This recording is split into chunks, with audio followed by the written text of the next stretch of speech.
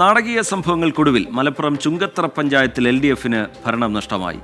UDF കൊണ്ടുവന്ന അവിശ്വാസ പ്രമേയത്തെ LDF അംഗം നുസൈബ സുധീർ പിന്തുണച്ചതോടെയാണ് ഭരണം നഷ്ടമായത്. കൂറുമാറ്റത്തിൽ PV അൻവറിന്റെ ഇടപെടലാണ് നിർണായകമായത്.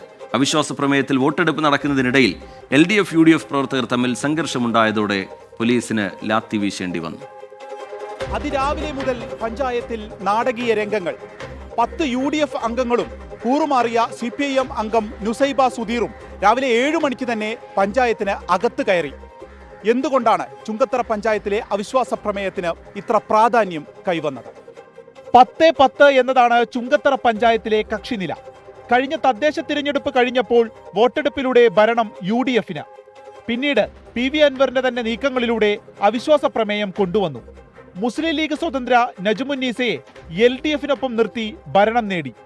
ഇപ്പോൾ PV അൻവറിനെ പ്രധാനമായി എതിർക്കുന്ന എടക്കര ഏരിയ കമ്മിറ്റിയും കൂടെ നിന്നു. നജുമുന്നീസയെ കൂറുമാറ്റ നിയമപ്രകാരം അയോഗ്യ ആക്കിയതിനെ തുടർന്നാണ് TS റീന പ്രസിഡന്റാകുന്നത്. സമാനമായ രീതിയിൽ തന്നെ ഇന്ന് വീണ്ടും അവിശ്വാസ പ്രമേയം. നുസൈബയുടെ ഭർത്താവ് സുധീർ തൃണമൂൽ കോൺഗ്രസ് നിലമ്പൂർ നിയോജക മണ്ഡലം ചെയർമാനാണ്. അൻവറിന്റെ ഇടപെടലാണ് അവിശ്വാസ പ്രമേയത്തിന് പിന്നിലെന്ന് നേരത്തെ CPIM ആരോപിച്ചിരുന്നു. ഇന്ന് 10:30 LDF അംഗങ്ങളും പ്രവർത്തകരും എത്തി. പഞ്ചായത്തിന് മുന്നിൽ നിന്ന് മാറണമെന്നാവശ്യപ്പെട്ട പോലീസുമായി വാക്കേറ്റം.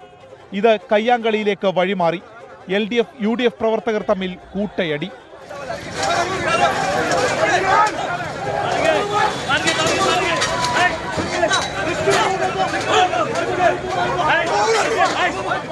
ഒരു മണിയോടെ അവിശ്വാസ പ്രമേയം പാസ്സായതായി അറിയിപ്പ്.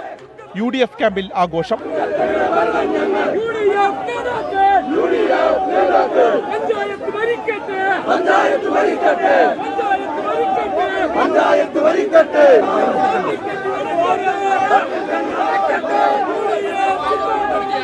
ഈ കണ്ട സഹോദരിമാരുടെ മേലിലും ഈ പറയുന്ന മെമ്പർമാരുടെ മേലിലും ഈ തളിച്ചിട്ടുള്ള ചാണകം, ഈ ചാണകം കൊണ്ട് ആരാ കളിച്ചിരുന്നത് വരെ?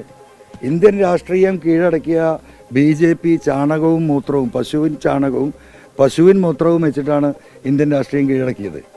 അതേ RSSന്റെയും BJPയുടെയും ഒപ്പത്തിനൊപ്പം നടക്കുകയാണ് ഈ പറയുന്ന പിണറായിയും CPMും.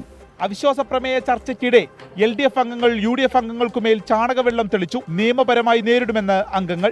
വളരെ മോശമായ രീതിയിൽ ചാണകവും മലമൂത്ര വിസർജ്യമൊക്കെ കൊണ്ടിട്ടാണ് ഒരു പറ്റം CPM മെമ്പർമാർ ഭരണസമിതി യോഗത്തിലേക്ക് കടന്നു വന്നത്. ചില നിയമ നടപടികൾ സ്വീകരിക്കേണ്ടതായിട്ട് വരും. കാരണം മർദ്ദനത്തിനൊക്കെ ഞങ്ങൾ നിയമ നടപടി സ്വീകരിക്കും. നിലമ്പൂർ മണ്ഡലത്തിലെ രാഷ്ട്രീയ പ്രശ്നം കേരള രാഷ്ട്രീയത്തിന്റെ പ്രതിഫലനമെന്ന് കണക്കാക്കാനാവില്ലെന്നാണ് LDF കൺവീനർ TP രാമകൃഷ്ണന്റെ പ്രതികരണം.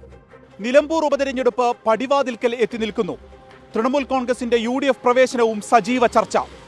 ഈ ഘട്ടത്തിലാണ് ചുങ്കത്തറ പഞ്ചായത്തിന്റെ ഭരണം UDFന് നേടിക്കൊടുക്കുന്നതിൽ PV അൻവർ നിർണായകമായ ഇടപെടൽ നടത്തിയിരിക്കുന്നത്. അതുകൊണ്ട് തന്നെ ഇത് അൻവറിന്റെ രാഷ്ട്രീയ നേട്ടമായി വിലയിരുത്താം. CPIMന് ക്ഷീണവും. വിപിൻ C. വിജയൻ, 24 മലപ്പുറം.